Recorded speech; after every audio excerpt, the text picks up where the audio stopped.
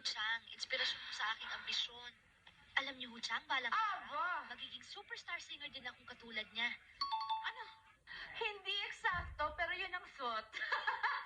Magiging superstar singer din akong katulad niya, ni Lavin. Medyo malapit-lapit, pero hindi ko line yun. Okay.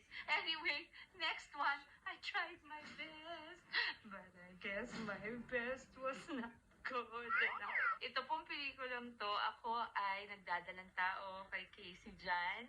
It was my second movie mula nung nagdalang tao ako. The first was Sa Hirap at Ginhawa after my wedding.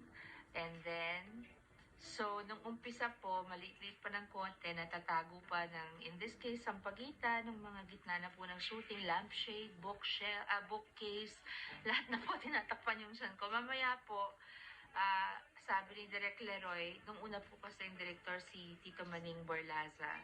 Tapos po, nagkasakit siya in the middle of the shooting. So, nag-take over po si Direk Leroy na, alam nyo, old school si Papang Leroy. So, yung credits po ng movie, ang nakalagay directed by Emmanuel H. Borlaza. He didn't take any credit. Samantalang he took over from beginning up to the ending, which for me lang naman, in my humble opinion, is still one of the best endings in all of Philippine cinema history. So, the ending of Between Walang Ningning.